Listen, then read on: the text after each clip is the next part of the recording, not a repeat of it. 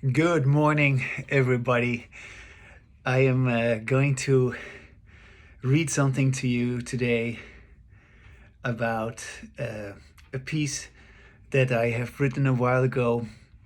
It is about space, and I would like you to know that when I first found out about embodied language, I I felt like, wow, I can just hear my own sound and I can talk with the sound of my own well being.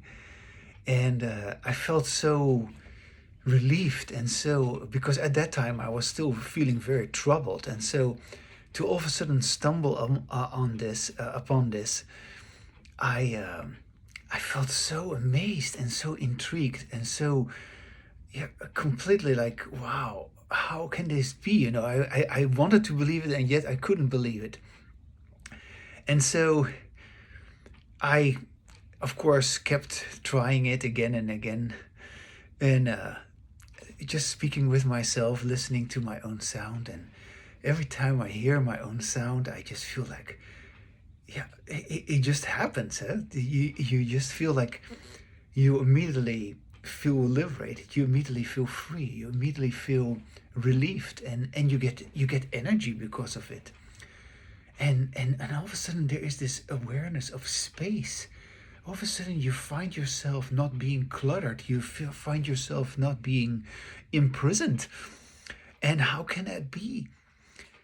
Anyways, I called it in the old days, I called embodied language, as I call it now, I called it the language that creates space. And yeah, I just wanted to say that as an introduction to this piece that I wrote about space. If you have ever watched the science fiction series Star Trek, you are probably familiar with the famous quote, "Space, the final frontier." However, in reality, human beings are not going in some 5-year long mission to explore some fantastic, strange new worlds or to seek out new life and new civilizations. That's all beautiful in a story, in a science fiction story. But human beings, in reality, they are at war with themselves and with each other. And they are literally going nowhere. As far as our human interaction is concerned, we haven't made any progress. And there's reason for that, because we have never acknowledged the difference between our disembodied language and our embodied language. So, certainly, we are not boldly going where no man has gone before, on some heroic, fantastic voyage to other galaxies in some imaginary fancy starship, Starship Enterprise. To the contrary, mankind is digging its own grave with its outdated, stupid, disembodied language. Yes. And I want you to pause here for a second after this first paragraph.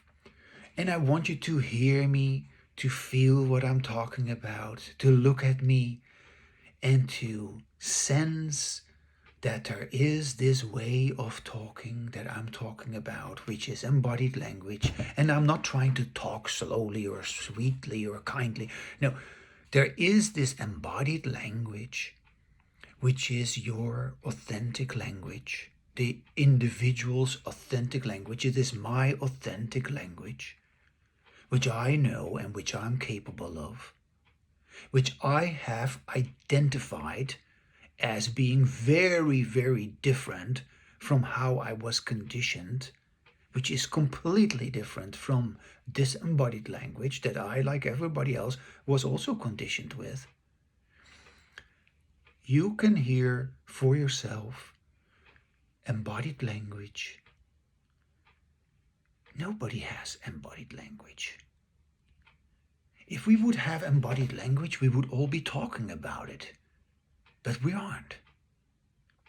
And so, once you hear this, once you feel what this is, you ought to actually begin to acknowledge for yourself that this is entirely different from everything you've known before. And this is not some imaginary, pretentious claim. Either you do that, either you are, not because I say so, but because you actually can feel that. You can sense that. You have your own experience based upon which you can say, what he is saying, what I am saying, is different. And I should say, just to emphasize what I'm saying, it is different because I sound different. I sound different because I listen to myself. And anyone who has embodied language sounds different because they listen to themselves. In disembodied language, we are not listening to ourselves. So, this is not to convince you or to explain it to you. No, I'm simply saying this because I want to read what I have written, and I want what I have written, and I want what I have said, I want what I know to be out there, so that if you happen to come across it, well then, if you listen to it, if you haven't turned it off yet, if you have followed it so far, you can feel, you can sense, you can experience that this is different. It is different because I express my embodied language. So, our supposedly final frontier, right? Because the outer space, with the spaceship, all fancy land, And of course, it is great that we could go to the moon, and it is wonderful that we could go to Mars and all that kind of stuff. It's wonderful that we did that, and it's beautiful that there's space exploration and all that. But the bottom line is, our final frontier is not in outer space. It isn't some fictional fantasy about, I don't know, different civilizations, ET or whatever, extraterrestrial life. It's wonderful, to, I don't know, fantasize about that. There's nothing wrong with that. But we are here living on Earth, and we have yet to, to discover that we need to have a language to get along with each other. And that language is embodied language. That language is not disembodied language. We have been at war with each other forever because of our disembodied language. So it is of crucial importance, before we destroy ourselves and the planet, that we begin to actually say to ourselves and to each other, like I do, come on, you cannot deny this. And stop all this fantasy about other stuff that distracts us from this, because this is necessary. And I don't care that the world of psychology, which I've been part of because I've studied psychology, I've got a master's of arts and master's of science. I almost reached a PhD, but I withdrew because I had enough, basically. That's the bottom line of it. I had enough of it. I didn't want to go on anymore. It was not in any way serving any purpose anymore to continue. So I didn't get that PhD, but I studied psychology. I worked in psychology. I taught psychology for many years at a college level. Many people I've talked to about this, and yet I just know for a fact, and it is a sad fact, that in spite of the fact that probably thousands of people have heard about this, have known about this, have felt this, just like you are hopefully also feeling right now, nobody has continued with this. And there's a reason for that. The reason is that all this other stuff that we are busy with is presumably more important than this. And this can only be important for you as an individual if for you talking with yourself becomes more important than talking with others. Yeah, that's how this is. And that's how you are deprived of this, because you do not do what I say. You do not talk out loud with yourself to hear the difference between your own disembodied language and your embodied language. If you did that, you would easily stop your disembodied language and you would have, like I have, embodied language. And you would be able to have it with others, of course.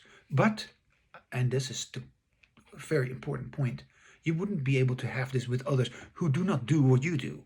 Yeah? It's just like a language. If I do not speak German and you speak Chinese, we cannot understand each other because there are different languages. So in that sense, if we both have talked out loud with ourselves and have understood what is embodied language, we will be able to have embodied language with each other. Yeah. So embodied language is not something fictional. No, it is something very down to earth. Yeah. And I mean that very literally. We are in the here and now with our language. And yes, it is our way of communicating which sets the stage for how we deal with our own as well as with each other's behavior. We are not even talking about that. I mean, even not with disembodied language. Yeah. If we're going to go where no man has gone before, we are going to have ongoing embodied language, or as I was just telling you, we are going to have the language that creates space. Yes. Now, feel what I feel. Just acknowledge that you feel what I feel. Acknowledge that what I say creates space. It just does. Not because I say so, but because it does. Because that's how embodied language works. I did not invent this. I discovered this. I discovered this somewhere in my 20s when, after going through a whole bunch of trouble myself, I finally had enough of the conversation with others, and due to some combination of circumstances, I had been singing already and trying to sing really nicely and listen to my sound while I was singing. Due to these circumstances that I had already been listening to my own voice while singing, I began to talk and hear myself, hear the sound of my voice while I was speaking.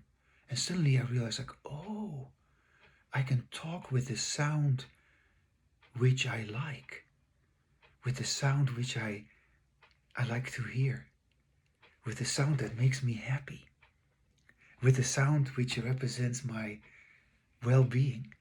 Yeah. And everybody can do this.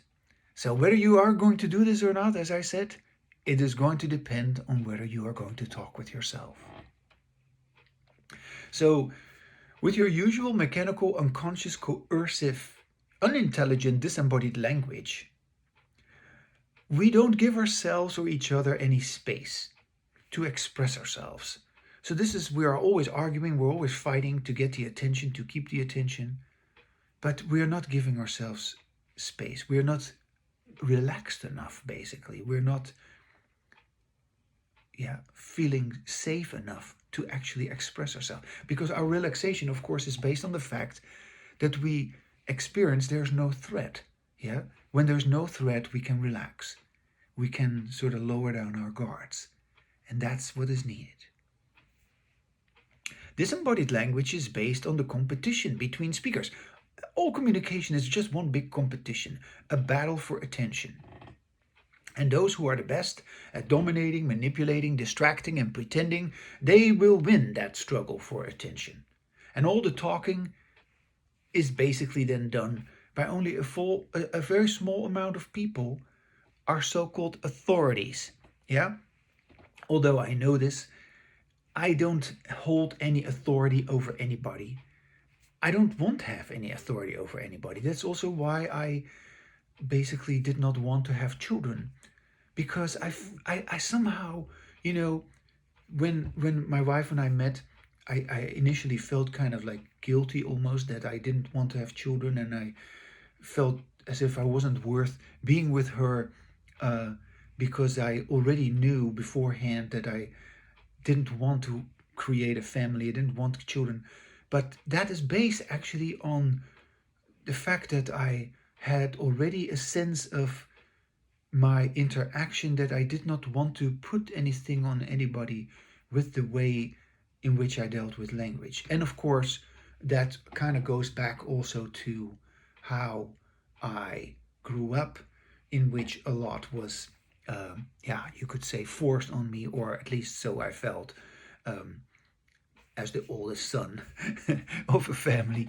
Yeah, I felt like, I don't know, I had to do what I was told, and yet I rebelled against that and all that kind of stuff, typical stuff. But in any case, I felt like I did not want to be like that. I felt like I did not want to be part of that process in which you have to do as I tell you to do.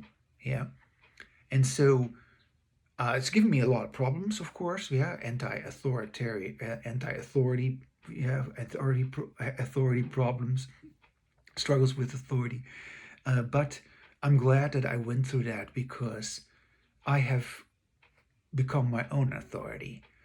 And that to me is enough authority. I don't need any more authority. I am just in charge of my own language.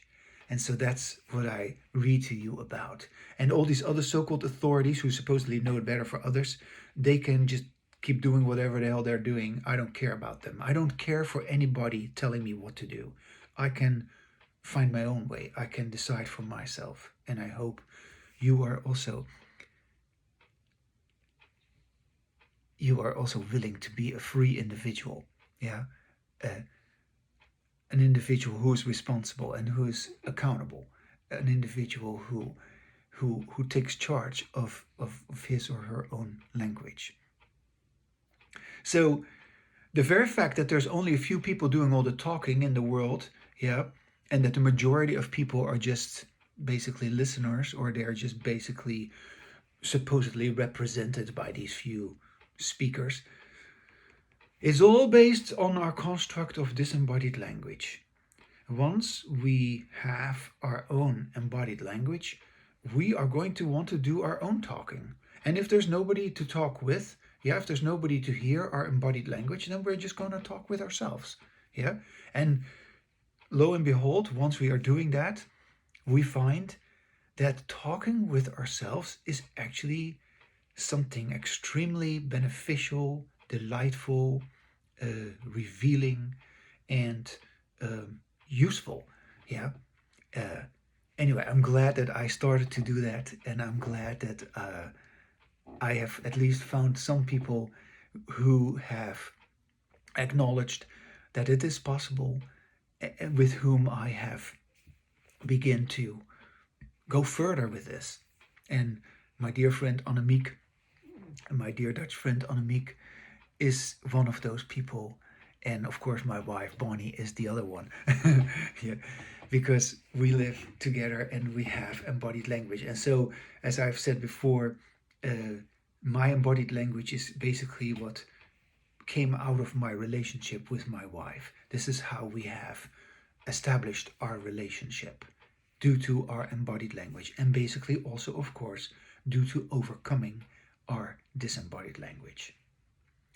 So, with this disembodied language, which is so common and which is so, I don't know, ubiquitous around the world, regardless of culture, regardless of whatever kind of level of society we are in, everywhere people have disembodied language, unknowingly, unconsciously, mechanically, just because they were conditioned that way.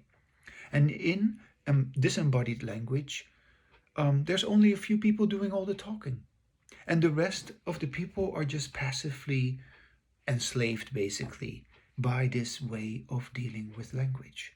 It's very sad because mankind hasn't yet woken up.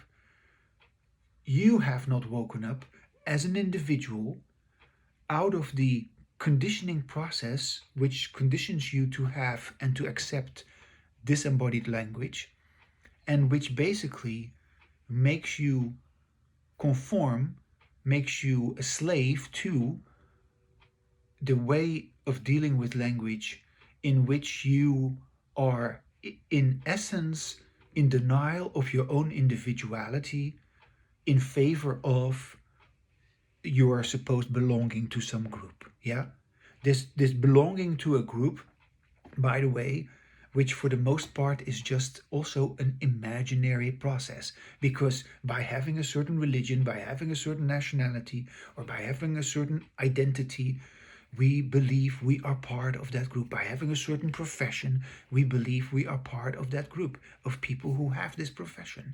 But as we age and as we transition through various phases of our lives, we are faced with the fact that this is just fantasy. We imagine we are part of that family. And yes, we may actually continuously imagine that we are part of that family, even though we are getting very old. No, we are going our own way. And yes, it is inevitable that we are going our own way. And if we keep busy with that family that we once were raised in, or if we keep busy with those circumstances that we once went through, whether it is traumatic or whether it was very positive, when we keep being stuck in the past, we are not moving forward. We are not developing. We are basically repeating what we already know. And we are basically doing that to sort of repeat the same process over and over again. So all our problems are actually problems of repetition. And the only solution to our problems is to stop that repetition. And stopping the repetition basically comes down to stopping the way in which we have until now dealt with our language, which is disembodied language. So if we stop our disembodied language, all of a sudden we're capable of having embodied language. And with embodied language, we are all of a sudden seeing new possibilities, and therefore we are able to stop behaviors we don't anymore want to have, and we can enhance or even begin to have behaviors which previously we believed weren't possible, or we didn't dare to have those behaviors, or we ourselves were just not allowing those behaviors to happen. Anyway, a whole new behavioral repertoire is going to be created with your embodied language, and the repertoire that was associated with your disembodied language is a repertoire which gradually is completely discarded. So, as I was saying, all the talking in disembodied language is done by only a very small amount of people, are so-called authorities. And not surprisingly, as long as we keep listening to these authorities, we are never going to find out about the space which we will only experience if we talk out loud and listen to ourselves. Yeah. Whenever someone says, I need some space, please give me some space, what they are actually saying is, please stop your intimidating disembodied language. For Pete's sake, let's have some embodied language. Of course, they don't say that. They do not know how to say that. They can't say that. They do not know the difference between embodied language and disembodied language, so they cannot say that. They cannot even conceive of that. But you could only say that, of course, if you knew the difference between disembodied language, which is the language of the group, as I was just saying, the straitjacket language, the language of belonging to a group, conformity, the language of fitting in, the language of denying who you are in favor of this group that you supposedly belong to, yeah?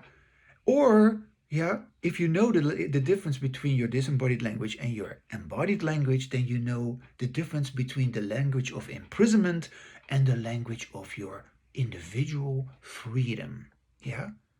Your independence, your wholeness as an individual.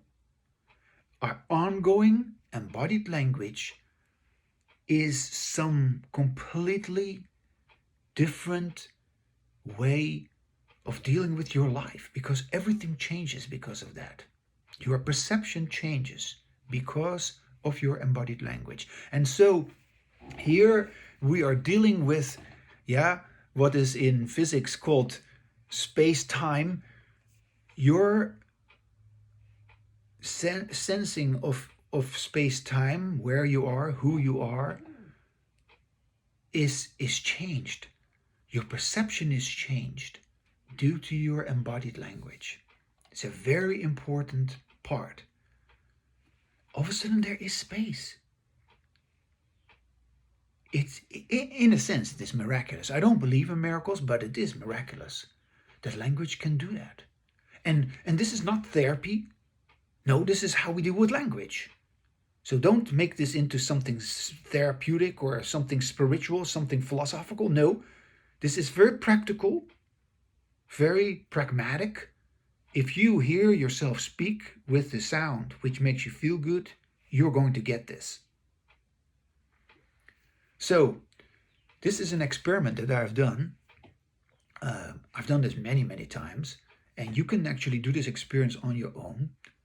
Whenever you are in a room, yeah, in a certain space, there is within that space a place where it is very easy for you to express your embodied language. So for instance, as you can see here in my room, yeah, in this room, this is not a very big room, but you can see in my room, there is a space where I can express my embodied language better than anywhere else.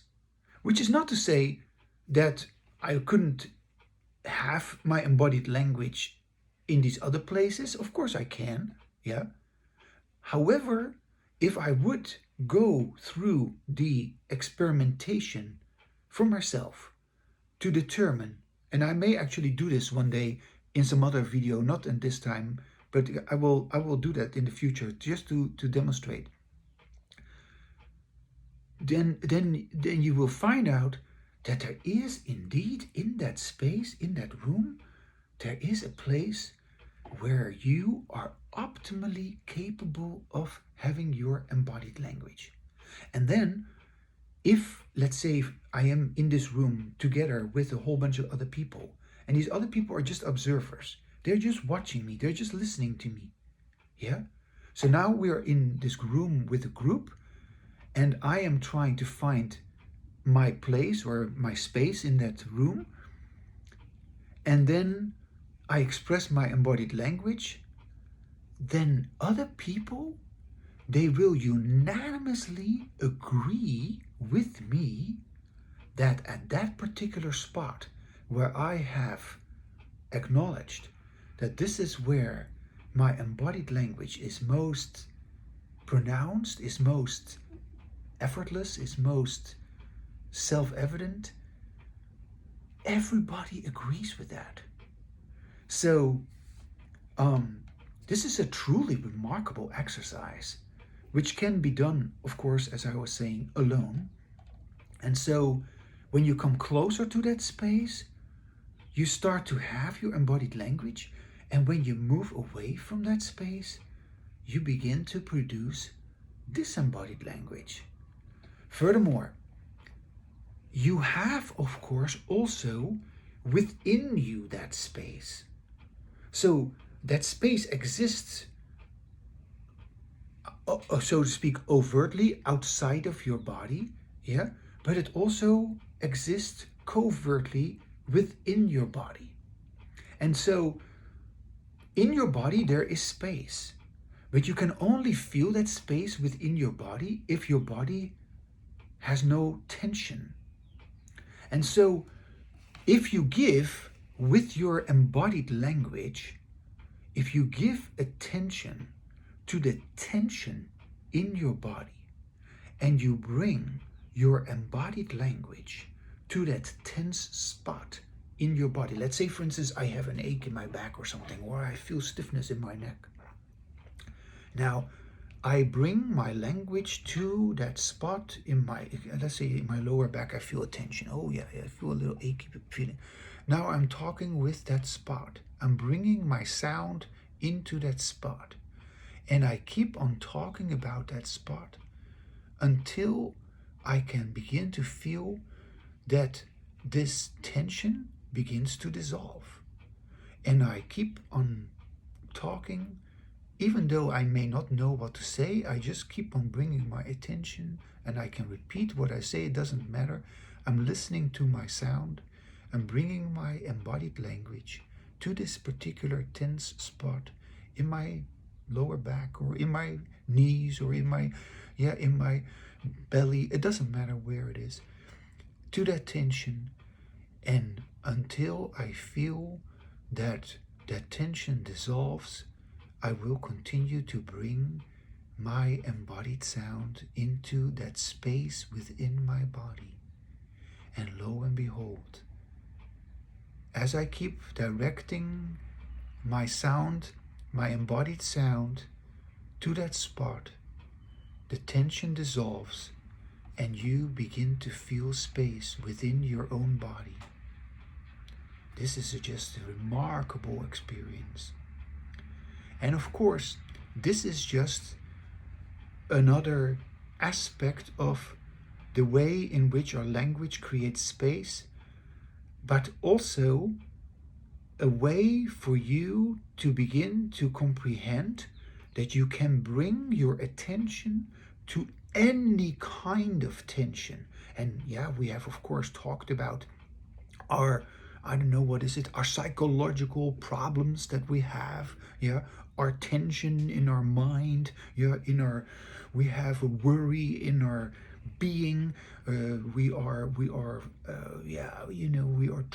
feeling troubled, or we're feeling upset, we're feeling stressed out, we're feeling we're having all kind of agonies. If we begin to pay attention to whatever asks attention, and we begin to speak about, in our own words, in our own way, about what we are able to say about our so-called problem, or our so-called whatever we believe to be thinking, whatever we believe is going on inside of our head. It's all just imaginary, but we believe that there's language inside of our brain, so we talk about what we think, but we are just now saying it. We're just hearing it. And perhaps later on we're going to write about this, and then we can read it as well. But no, in this case, we are just talking out loud about whatever is troubling us, whatever is asking our attention. We feel worried, we feel uncertain, we feel something is lacking, we feel we have a question which is unresolved, we feel there's a problem which is unresolved, we feel there is some trauma, there's some, I don't know, something that we still feel bad about, something we still feel upset about. We just talk about that tension. We bring attention to our tension. We express what is in our attention with our embodied sound. And lo and behold, it just dissolves. Everything just dissolves, because we have said it, because we have heard it, because we have felt it, because we have acknowledged it, because we have become conscious of it. Yes. And again, this is not some spiritual process. This is not therapy. This is the correct use of our language. This is how we use our embodied language to our own benefit. We are liberating ourselves from everything that asks and demands and holds our attention. Yeah, everything that holds our attention is limiting us. Everything that demands our attention is constricting us. When there is space, we are free to pay attention to whatever is in our attention. And nothing is confining us. Language is not confining us. Language is liberating us. Our embodied language is our freedom. So, as I was just saying, with this exercise, that exercise can be done in the space of a certain room that you are in. You can also apply that to the space within you, whether you call that your mind, or whether you call that your thoughts, or whether you call that the experience of sensations within your body. Yeah, doesn't matter. You just express it. You just give your own words to it. So when you say to yourself, when you say to yourself what is going on, and when you listen to the sound of it, you can also for yourself begin to say, oh, this is my tension. This is my anger. This is my frustration. This is my distrust. This is my defensiveness. This is my how I get carried away. This is how I don't know, get all hyped up about nothing. And this is how I get, lost. Yeah. This is how I actually harm myself. This is my disembodied language, which results in all sorts of behaviors which are no good to me, which I should stop. And this is my embodied language, which results in behavior which I want to have, because there's good outcomes of that behavior. And I cannot go wrong with that behavior. I cannot go wrong with my embodied language. With my disembodied language, I keep repeating the same mistakes. I do not learn from my mistakes. Actually, my mistakes are just getting worse, and my troubles are just getting worse. And I do not solve any of my problems. And as human beings, we are not solving any of our problems with our disembodied language. We're just destroying things. We are killing each other. We are making the truth disappear because we just do not allow for embodied language to occur. And so we live in a world where embodied language, we don't hear it anywhere. If, let's say, a Dr. Phil or Jordan Peterson or anybody, any hotshot, if they would know about embodied language, we would all talk about it. But they don't. Okay? And that's why we don't have it. If we would all talk about it, if you would also begin to explore this for yourself, and if you would also make some YouTube videos, and instead of all these stupid videos that everybody is making with all these sensationalized nonsense things, I mean, some of it is maybe funny and some of it is cute or whatever, but we are at a very dangerous time. Either we are going to discover this together, that this is real, that we need this, or we are, as we are already doing, going to destroy ourselves and each other. And that's inevitable with disembodied language. Disembodied language inevitably results in war, in conflict, in chaos, in destruction, in self-harm, it is deadly. Yeah. And we live vicarious lives. Yeah, we may not be dead yet, but we basically are zombies when we are engaging in this mechanical, repetitious boring, superficial, superstitious, disembodied language. So we have yet to come out of the dark ages of our disembodied language. Yeah.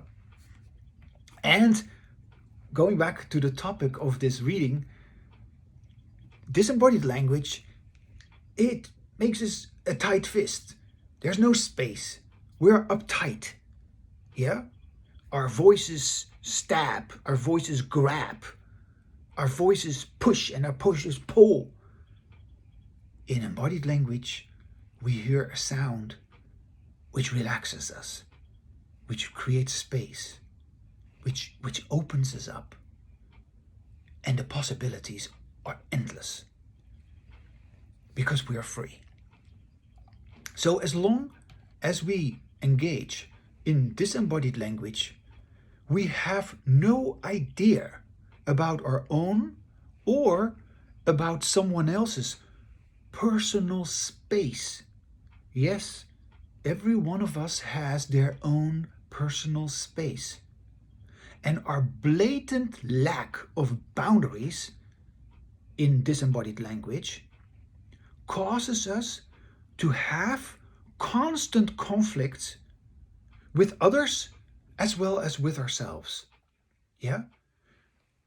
We supposedly do not have these boundaries ourselves, or supposedly we have these extremely, grotesque boundaries. The fact of the matter is that with disembodied language, we have a boundary problem. We do not really know what is ours. What is our experience? What is our way of expressing ourselves?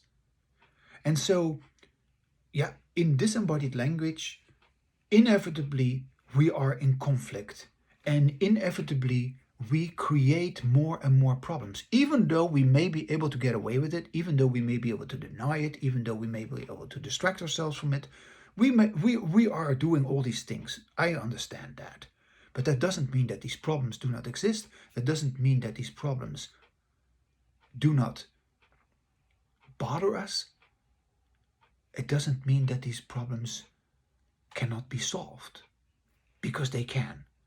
If we turn to ourselves, if we begin to hear our own tension, our own worry, our own stress, and then we say, oh, so that is what makes me engage in disembodied language.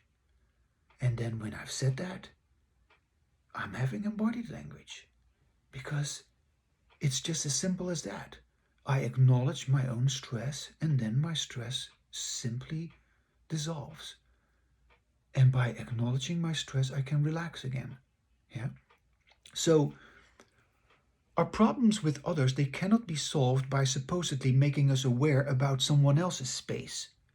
Because as long as we stay busy with others, we remain unaware about our own space. So we cannot be respectful of the space of others if we are not respectful of our own space. And our own space is not the same as our belief of who we are. Because our belief of who we are, our so-called identity that we have because of disembodied language, is not who we are. It's simply who we believe to be.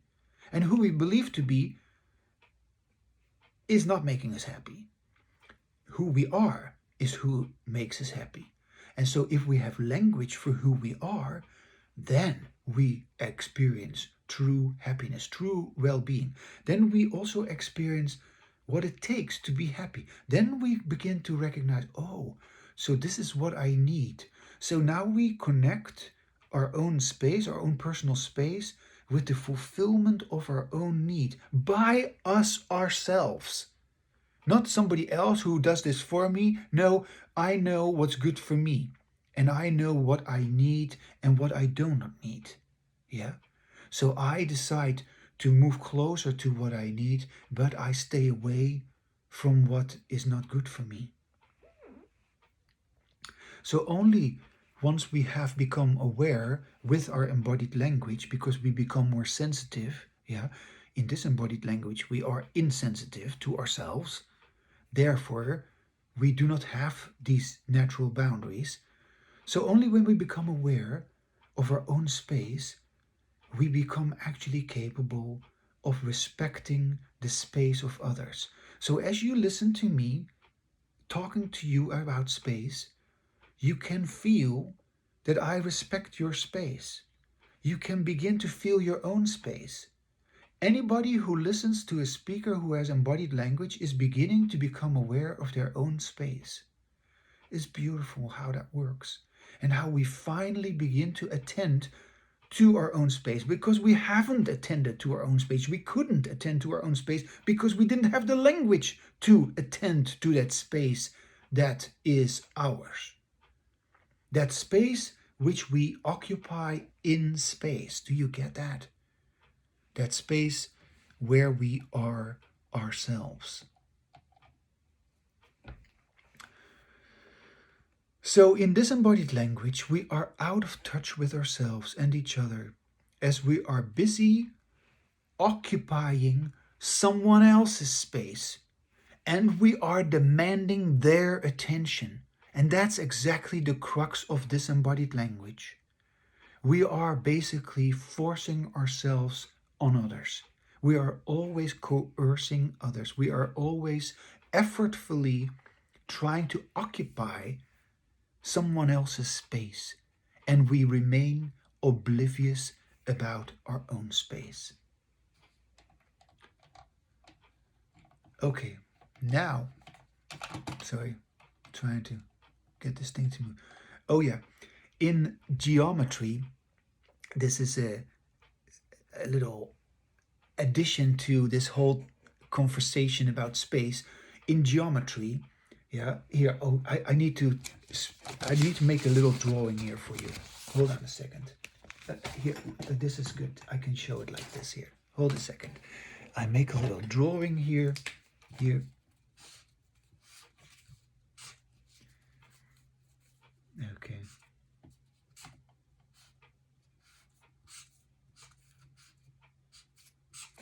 Okay. Okay. Just a minute. I'm coming with you in a minute.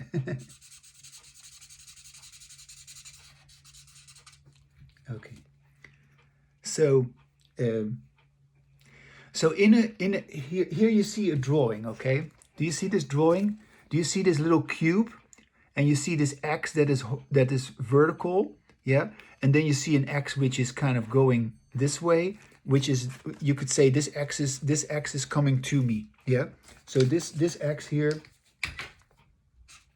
is coming to me, yeah. This X is going to me, this X goes sort of away from me to the side, to the other side, and this one is going up. And then you see this cube, yeah. I drew the top of this cube is white and the two sides are black. Do you see that? So you can see that this cube exists in a three-dimensional space. And in geometry, they call that three-dimensional space. Or they also call that Euclidean space, X, Y, and Z, which can also be defined as length, yeah, length, width, and height, yeah. And so, and these are just, they are called Euclidean or classical, what is it? They call it in physics, they call that, they use this to describe a point. So if you go into this cube behind this, I do not know if you can see this, if you see this point here where these three axes come together, yeah, you can call this the y-axis. The y-axis, they move towards the right. Okay, here this is the y-axis. Wait a second. Where? Oh yeah. So the x-axis, the x-axis, they move to the observer, and the z-axis goes up. Yeah. So here again, you see the z-axis goes upward. The x-axis goes towards me, and the y-axis goes sideways. I mean, it's just a way to visualize it for you, you know. And this is not meant to be an accurate depiction, but it is just to give you an idea of space, how space has a very important aspect to it in physics, yeah, because in classical physics this serves as a model of the physical universe, in which we know that all matter exists. Yeah, your body exists in space. And then, there was Einstein who came along with the relativity theory. Uh, um, there's also, however, when the relativity theory is also considered, and I should emphasize that it's only truly the case when we embody our language. So this is where it gets really interesting. I do not claim to know much about relativity theory. The planets are moving, and I won't get into all that. But when you, yeah, I should say one thing, and that's my whole point here. When we consider physics, and when we consider, let's just keep it simple, when we consider just this cube in space, when we consider ourselves in space, yeah, when we begin to do that with our embodied language, we have a different space-time experience. And that happens because all of a sudden our language connects with our experience in the here and now. So these coordinates these XYZ coordinates, they are actually considered as a local subspace of our space-time continuum. Yeah. And in a representation of the three-dimensional Cartesian coordinate system, the y-axis leaves a point and is pointing towards the observer. The x-axis, leaves a point, goes towards the observer. The y-axis moves towards the right, and the z-axis goes upward. Okay, so don't bother if you don't understand this or so. It's just a way to visualize what I'm talking about. You can also draw this cube, of course, as a transparent cube. Now, what I know about relativity theory is that it does not directly relate to our sound, because it primarily explains the behavior of objects in the universe, that is, in space. And then, as I was saying before, with high speeds, yeah, planets are moving, and also in relation to gravitational pull of certain planets or so, anyways, I won't go into all of that. However, the relativity theory has some implication for the behavior of sound waves in certain situations, yeah? And so I would say, with my limited knowledge of physics, that our current understanding of physics is, of course, inevitably based on our disembodied language. Yeah, you may not believe me, you may disagree with me, and you may want to refute me. That's all fine. I claim that our current understanding of physics couldn't be based on anything else than our usual way of dealing with language, which is disembodied language.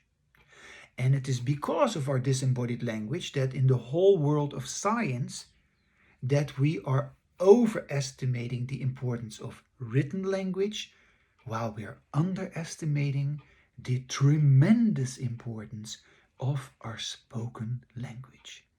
Yes, so the whole world of science has been complicit in the denial and the neglect and the complete forgetfulness about our own individual spoken language, our embodied language.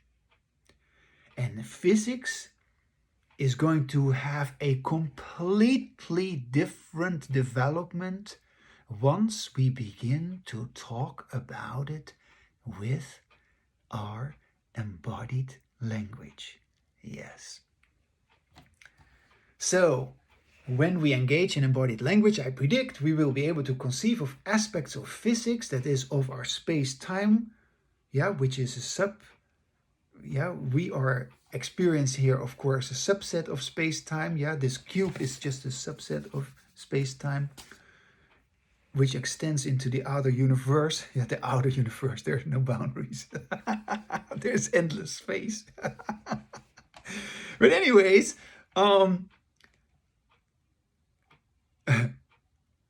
I predict that when we have embodied language, we are going to perceive aspects of physics that we weren't able to perceive before. Why we were not able to perceive them before? Because we literally were not yet able to talk about it. With our embodied language, we are at long last able to talk about it. We're not having an argument. We are not having a debate. No, we are not having a discussion. We are simply having embodied language with each other. So, for instance, the speaker who listens to him or herself while he or she speaks, such a speaker, myself at this moment, produces a different sound from the speaker who doesn't listen to his or her own voice while he or she speaks. And surely the listener who listens to a speaker who listens to himself, that listener, you will have an entirely different experience from a speaker like me who listens to himself, because your experience of space-time, and this is not some hypnosis, this is not some mystical talk, this is just how embodied language works. My embodied language is affecting you. And you can be in denial of all that. You can defend yourself against it. You can say, okay, that's disembodied language, I get it. Go on. You can for yourself begin to talk about this. You can actually read about what I have just read to you on my blog. And you can sort of even read it to yourself out loud. And you can say like, wow, that's what he was talking about. And then you can realize like, wow, so there is this experience which becomes available, this experience of space, which is undeniably, irrefutably true. And yet, you have yet to explore it for yourself, to fully embody this. And that is what we're going to do in the future. And perhaps you yourself are going to make your video about this. And then we're going to have many versions of this. And then we're going to have objective knowledge about our language, which until now has been lacking due to our disembodied language. Whew. It's going to be so exciting once that happens.